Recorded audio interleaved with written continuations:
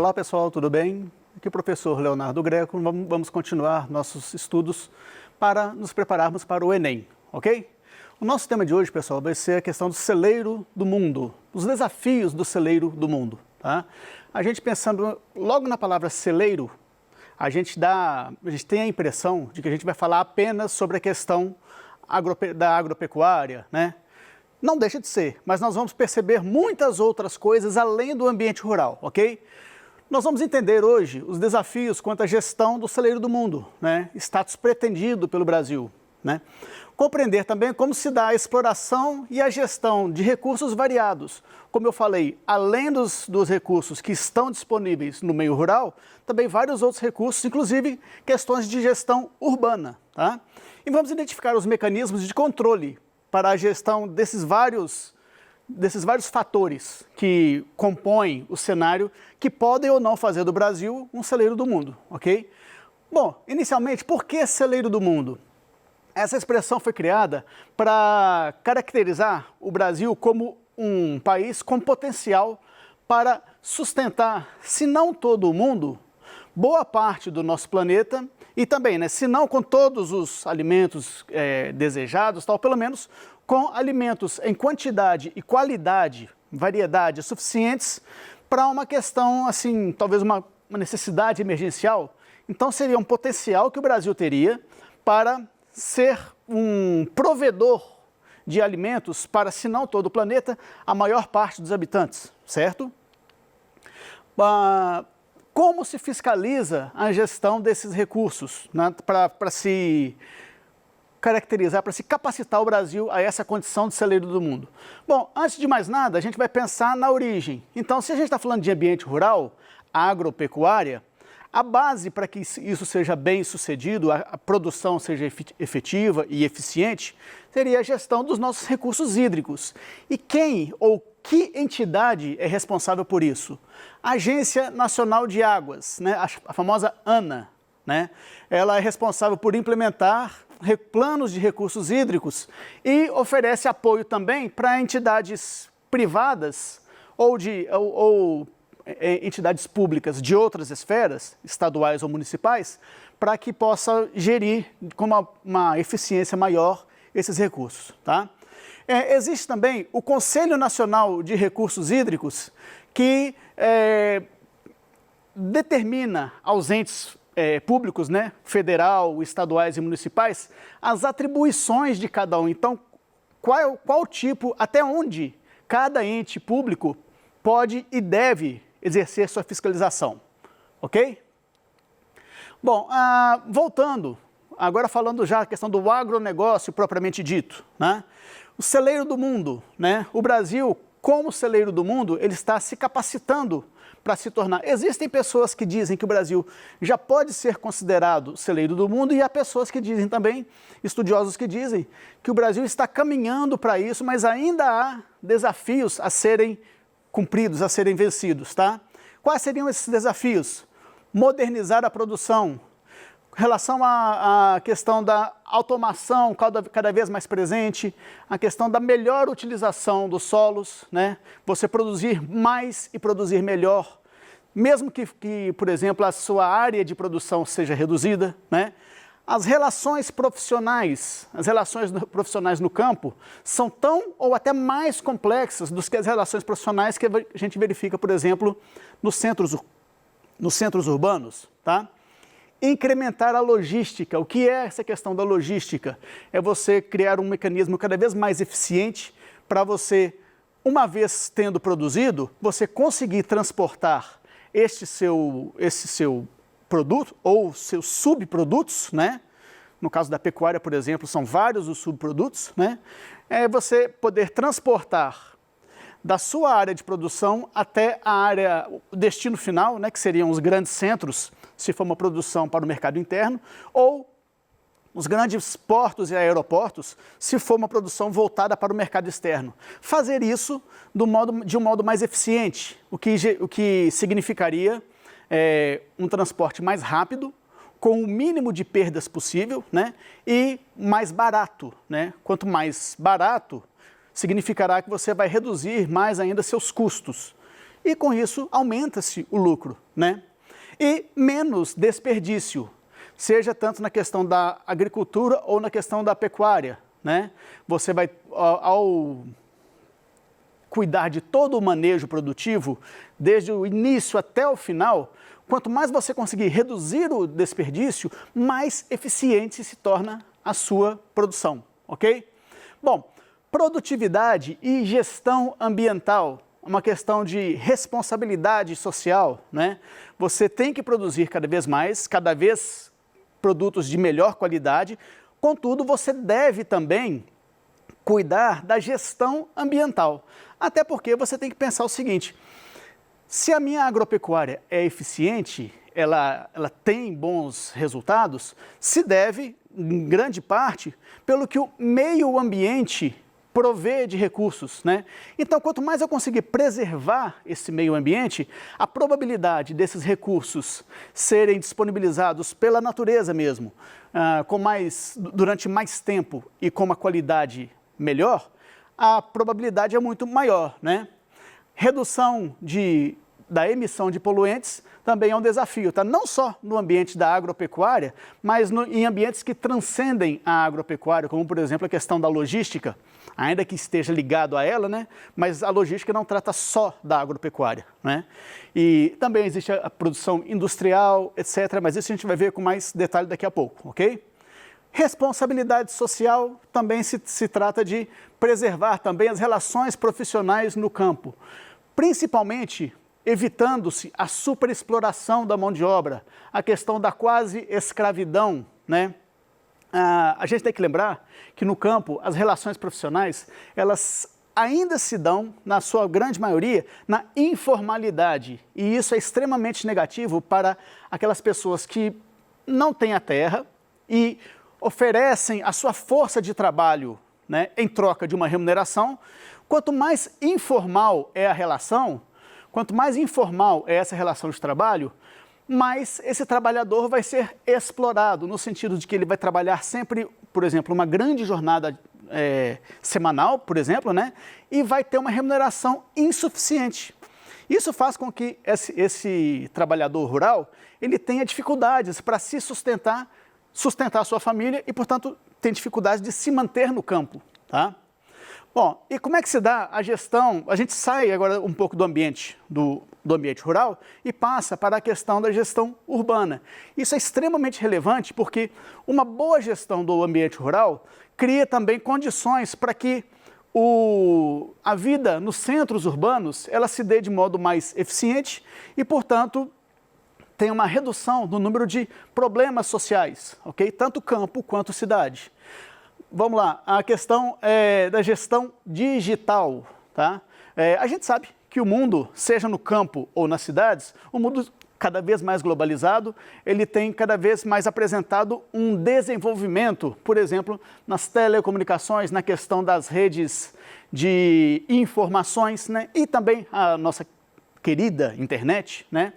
Então, essa gestão digital, se você consegue otimizar o acesso do maior número de cidadãos a todas as facilidades que o mundo digital oferece, tanto no campo quanto nas cidades, você consegue também tornar os processos, sejam eles quais forem, mais ágeis, mais eficientes, tá? Sustentabilidade na questão da construção. Em que aspecto? Você vai fazer com que, por exemplo, o famoso plano diretor, que existe em várias cidades, né? Você vai determinar quais tipos de construção poderão ser erguidos em determinados pontos da cidade. E aí você consegue diversificar dentro de um mesmo centro urbano vários pontos. Por exemplo, você consegue determinar que determinada região vai se caracterizar por ser um centro comercial. Normalmente essa região é a região central das cidades, né? Centros industriais, né? Centros hospitalares, né? Então você pode ter uma região hospitalar e áreas especificamente residenciais. Lembrando que a gente vai ter que considerar também que a questão de, mesmo centros urbanos, quanto mais expressivos forem, deve-se cuidar para que dentro desse centro urbano haja áreas também onde estejam presentes parques, jardins, né?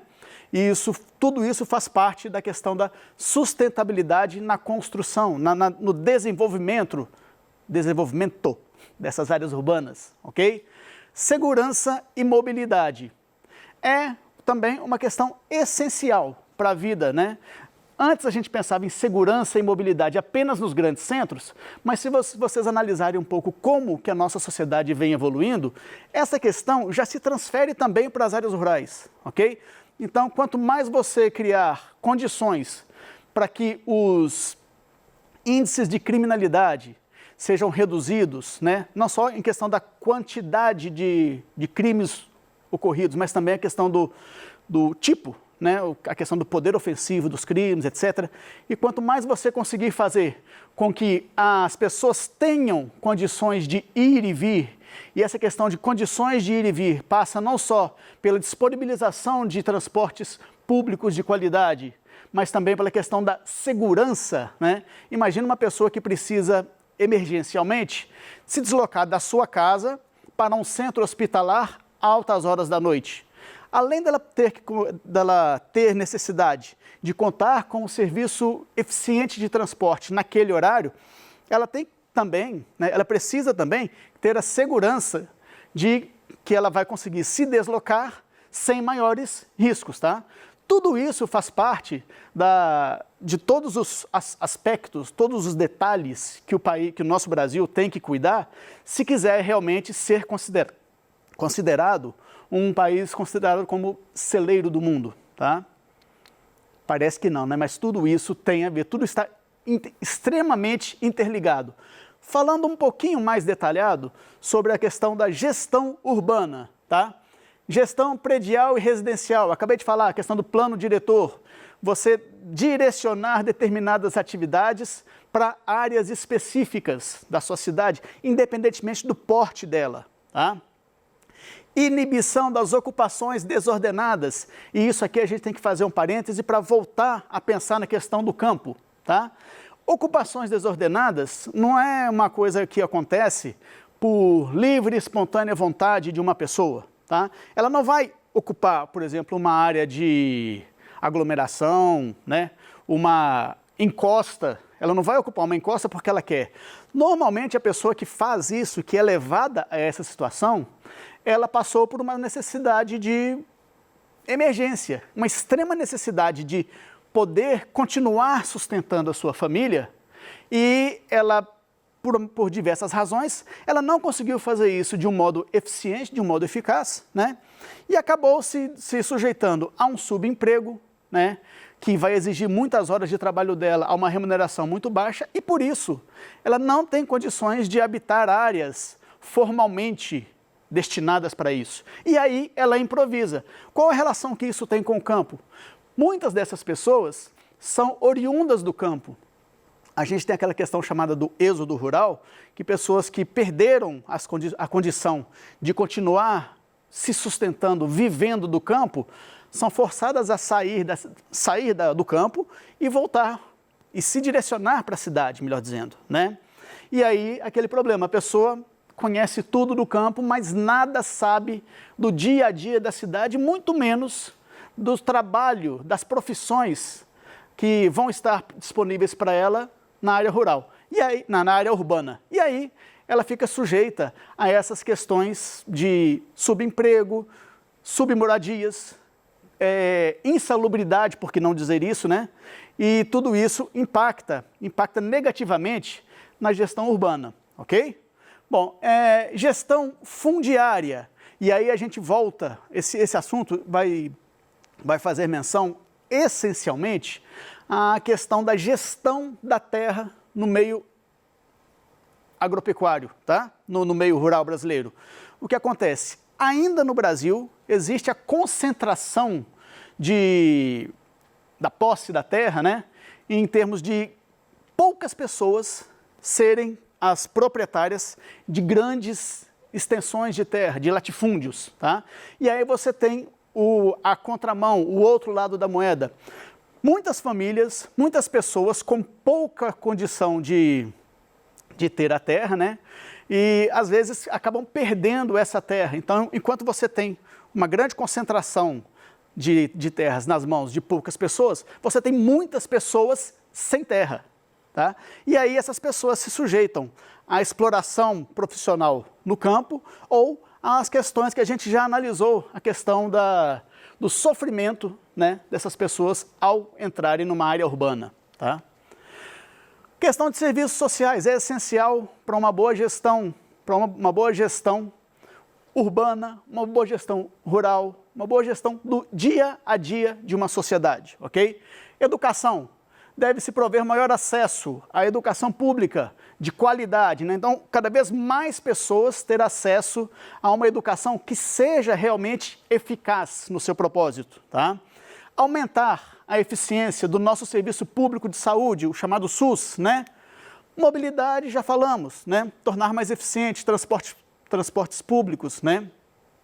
E garantir a acessibilidade das pessoas.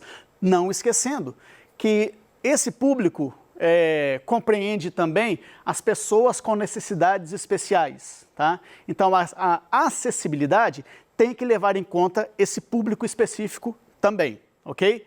Empregabilidade, disponibilizar alternativas para se capacitar a mão de obra. O mundo está cada vez mais interligado, cada vez mais informatizado, cada vez mais tecnológico.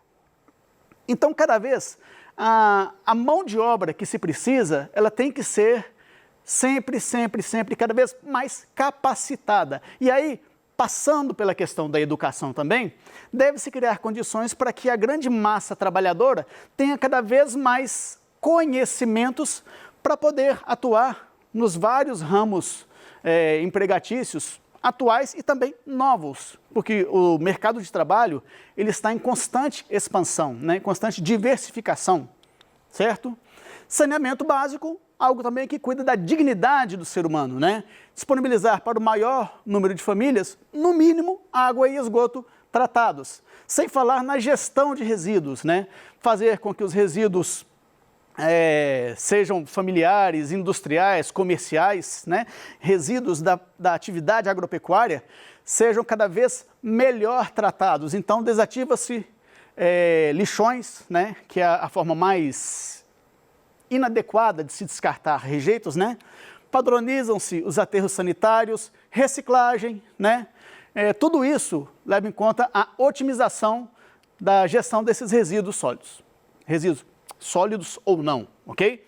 Bom, a gente tem que analisar agora, analisar nada, a gente tem que queimar neurônio, praticar. Vamos lá? Rapidão, pessoal. É comum encontrar nas referências sobre a urbanização no século XX e XXI, né? Menções ao forte processo de metropolização. A respeito das metrópoles modernas brasileiras, pode-se afirmar que as metrópoles modernas brasileiras são configurações cujas dinâmicas, em alguns casos, levaram seus limites para além do núcleo municipal de origem, formando aglomerações multimunicipais. Exemplos, galera. São Paulo, o ABC paulista, né? Minas Gerais, Belo Horizonte e a Grande BH, né? Especificamente no nosso caso, você não consegue identificar visualmente aonde, por exemplo, aonde termina Belo Horizonte e começa a Contagem, onde termina a Contagem e começa Betim, tá? Isso é dessa aglomeração que a nossa atividade está falando, ok, pessoal? Bom, nós percebemos hoje, falamos de vários assuntos além do aspecto rural, né? A gente passeou entre campo e cidade várias vezes, né? O Brasil tem sim potencial para ser o celeiro do mundo. O primeiro dos desafios para se consolidar nessa situação é otimizar a gestão dos recursos naturais. E para um desenvolvimento consistente, o nosso celeiro do mundo deve gerir assuntos que transcendem o campo, né? Vocês viram que tem vários assuntos eminentemente urbanos que, se você pensar direitinho, impactam muito nas relações do campo, ok? Então tudo está extremamente interligado. Beleza, pessoal? Valeu, obrigado pela oportunidade, galera. Espero contar com vocês nas nossas próximas aulas, tá bom? Grande abraço, pessoal.